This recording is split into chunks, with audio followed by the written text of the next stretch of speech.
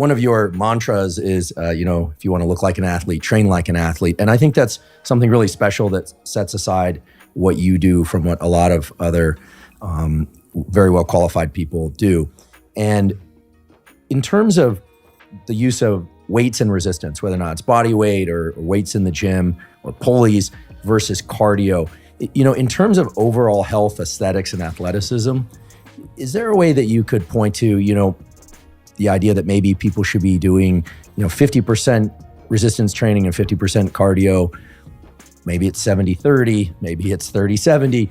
And here I'm talking about the typical person who would like to maintain or maybe even add some muscle mass, probably in particular areas for most people, as opposed to just overall mass, although we'll talk about that later. And people who want to maintain a relatively low body fat percentage and be in good cardiovascular health. What's the sort of contour of a basic program that anybody could think about as a starting place?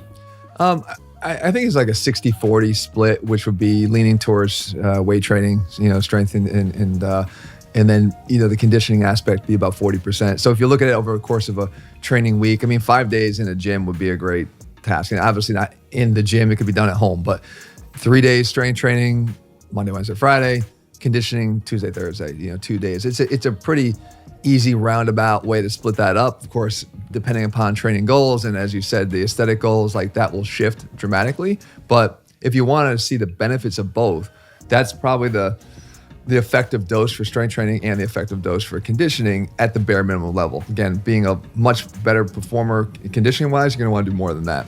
And in terms of the duration of those workouts, what's your suggestion?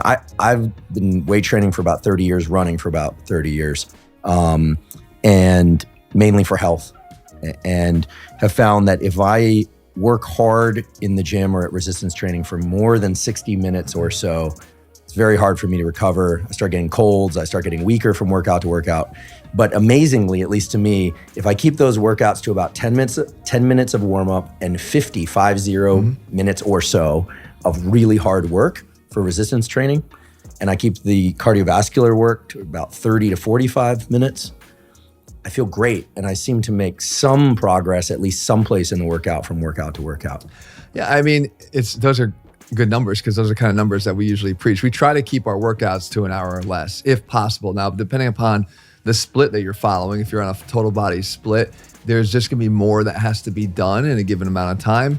And again, if you're training primarily for strength, that could prolong the workout because the longer rest times in between sets.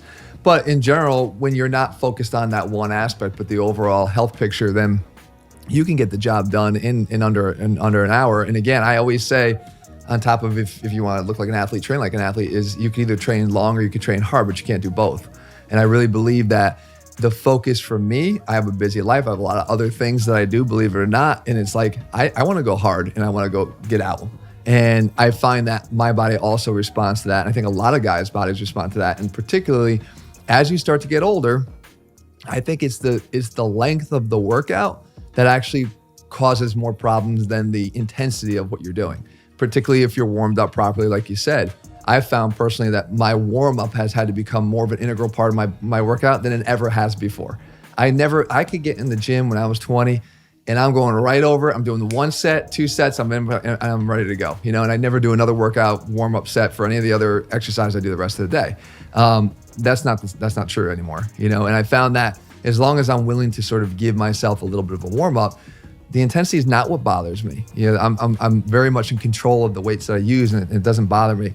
But if I start to go pretty long, I start to feel achy or I start to have problems. So again, depending upon age, that also plays a factor in the length. But again, I think everybody can achieve on a standard program, can achieve the results that they want within an hour.